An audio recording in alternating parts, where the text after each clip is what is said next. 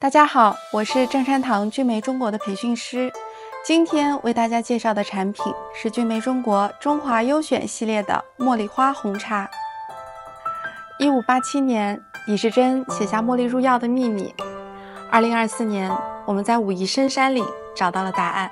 当千年本草智慧遇见世界红茶起源地的灵气，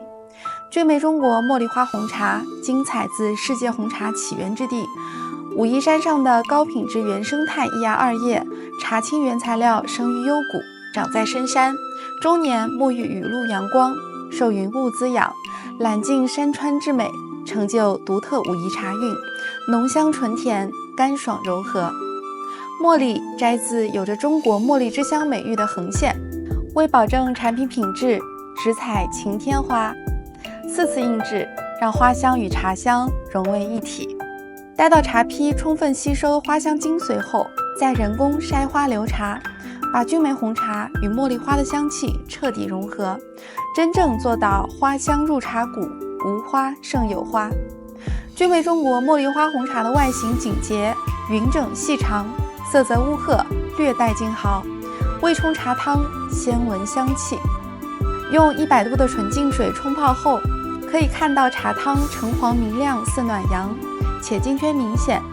茶叶经过氤氲热气的激发，迸发出更加浓郁的茉莉花香，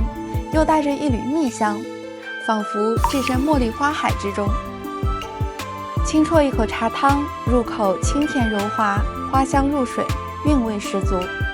茉莉花香气馥郁持久，是一款香而不浮、鲜而不浊的珍品好茶。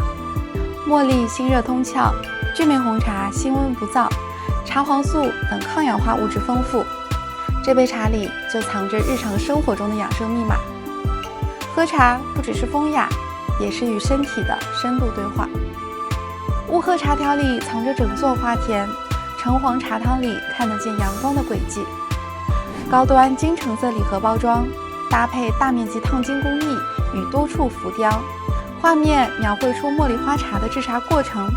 流畅自然又不失质感。茶叶采用独立小包装，省去称茶繁琐，是款适宜赠礼、夜饮、自饮的精品。这就是聚美中国中华优选系列的茉莉花红茶，